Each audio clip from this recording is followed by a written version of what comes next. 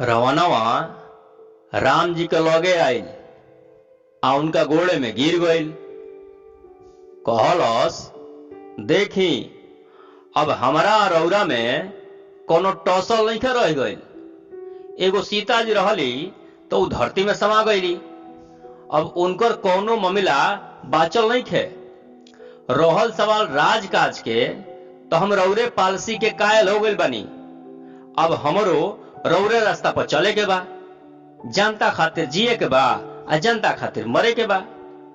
देखी रौरो उम्र हो गइल, इतना दिन से लोग खातिर जियनी हाँ मुअनी हाँ, दिन के दिन ना बुझली, रात के रात ना बुझली, जंगल में झाड़ी में कूस में कांटा में भटकनी हाँ, तो इनको सुख ना मिलल, आराम ना मिलल। रवु के कुछ आराम चाही। अब चली चली कुछ दिन सुस्ताई।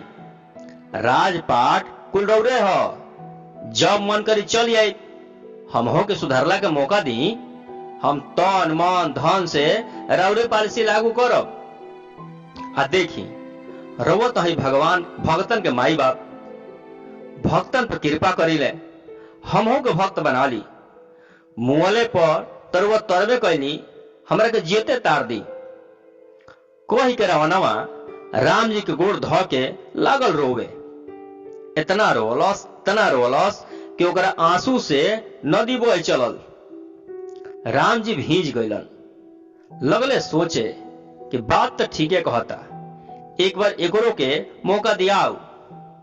कहले, चलो रावण भाई, ठीक बा, तोहरों के मौका दे रहल बानी, बाकी जान ली है तो उनको शिकायत के मौका मत दिह।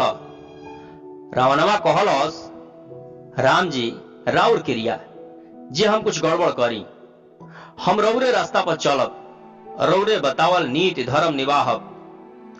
राम जी रावणवा से खूब हरौले भखौले, आओ के मौका देवे के मन बना दिले। कहले, अच्छा रावण भाई, तू ही राजपाट संभार, हमके बताओ हम का करी।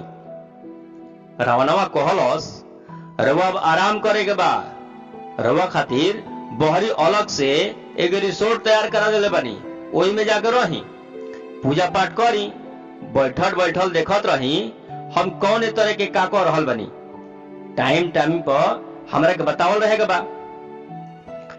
राम जी कहले कि चल ठीक है बा, तू सब संभार, हम चलत बानी। रावणवा कहलस, एगो और निहोरा बा। राम जी कहले, उहो बताओ।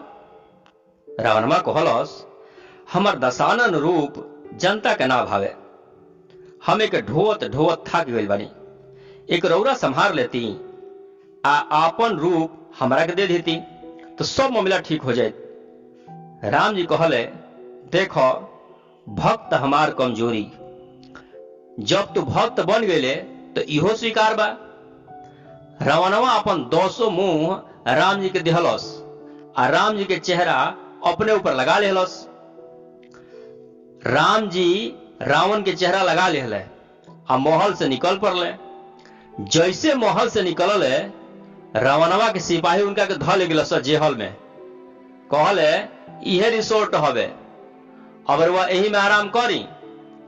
जेहल में राम जी रावण के 10 को कपार संभारे लगले आ राम जी के चेहरा लगौले। रावण मगन होके राज करे लागल। लोग के बुझाइल कि रामराज आ गइल बा।